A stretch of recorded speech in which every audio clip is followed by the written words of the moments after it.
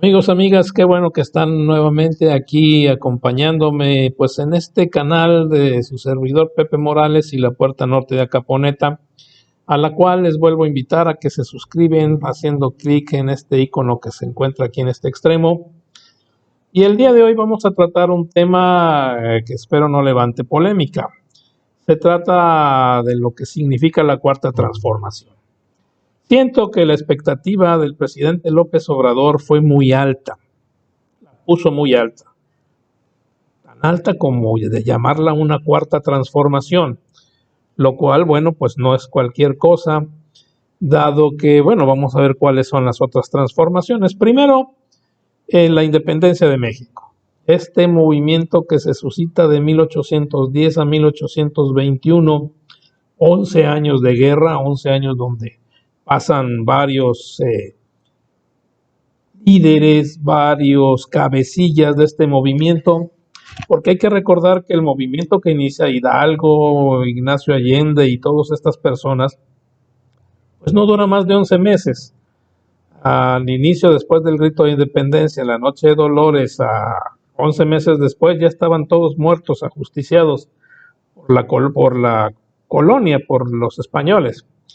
Fue hasta que entra el ejército trigarante a la cabeza Agustín de Iturbide cuando se consuma la independencia, y es el gran movimiento, la gran transformación, porque luego de 300 años de conquista, de 300 años de dominio español en México, de 3 siglos enormes, largos, donde todo se iba para España, y en México pues una gran pobreza, esclavitud, etcétera.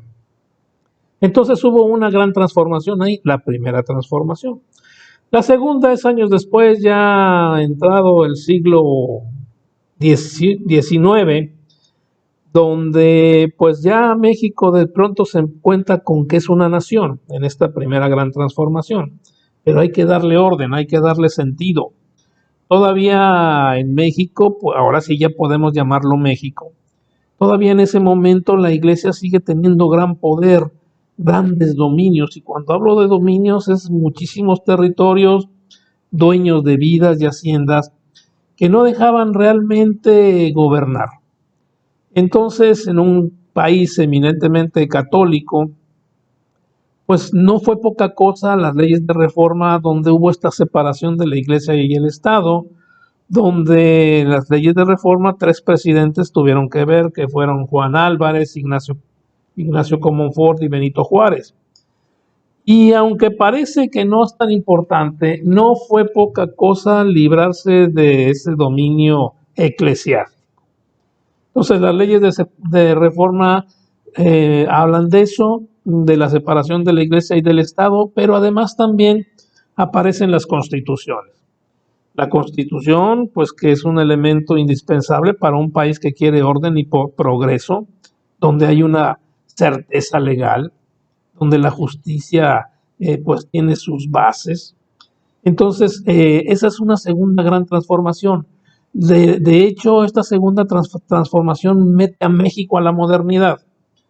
Y viene una tercera transformación que se da en 1910 con el inicio de la Guerra de Revolución, donde pues también fue un conflicto donde a veces parecía que no tenía pies ni cabeza, tanto así que el pueblo le llamó la bola, ¿ya? Vámonos a la bola, y se iban a la revolución, y a veces un jefe, a veces otro, un ejército, otro, los caudillos fueron asesinados uno tras otro, y finalmente, luego de 3 grandes transformaciones, luego de la conquista, donde siempre hubo pobreza durante 300 años, viene la independencia y la pobreza siguió.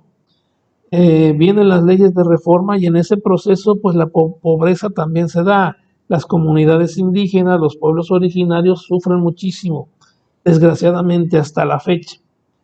Y entonces los pobres se vuelven siempre ese punto que los gobernantes, el pueblo primero, el pueblo y la pobreza van primero. Pero finalmente, pues a veces no se da.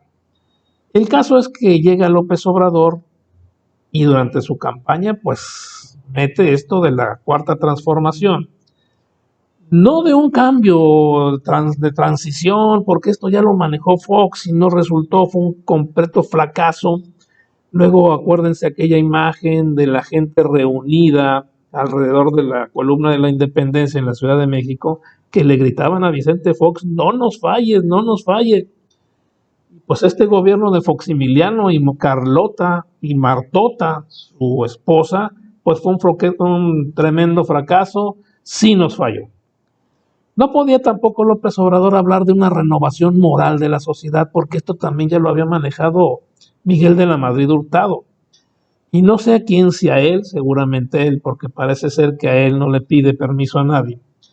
Habla de una cuarta transformación. Y eso es poner una expectativa muy alta porque son cambios de 180 grados. México se necesitaría un cambio profundo donde realmente sí hubiera un cambio que notáramos nosotros los ciudadanos al grado tal o de equivaler, de estar al grado de equilibrarse o ponerse a la misma instancia que un movimiento de independencia, que una guerra de reforma, fue toda una guerra esta de reforma, una guerra civil que fue la Revolución Mexicana. No es que queramos una guerra, pero sí cambios profundos. Que no nos digan todas las mañanas que la corrupción ya se salió, ya se quedó, ya se acabó, porque apenas asomamos la cabeza afuera, vemos que no es cierto. Y los pobres ahí siguen.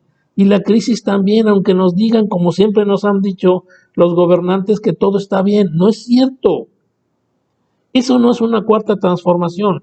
Qué bueno que podamos hablar, que podamos decirlo. Eso sí, en este país hay libertad. Yo puedo estar diciendo esto sin que me pase nada. Puedo salir a la calle y no hay ningún problema. Antes no. Antes no. ¿Eh? Antes había una censura muy grave, una represión terrible y hoy no. Pues qué bueno que eso sea parte de esta cuarta transformación y no digo se han hecho muchas cosas. Creo todavía yo voté por Andrés Manuel López Obrador y todavía tengo confianza, aunque ya llevamos 2 años y yo no veo una cuarta transformación. ¿Podrán en los otros 4 al final meter este pasaje en la historia de México? Eso está por verse. Esperemos sus comentarios, gracias a los que nos han hecho algunos, que se han suscrito. Acuérdense, suscríbanse en el icono que está de este lado y nos veremos en la próxima. Muchas gracias amigos, hasta pronto.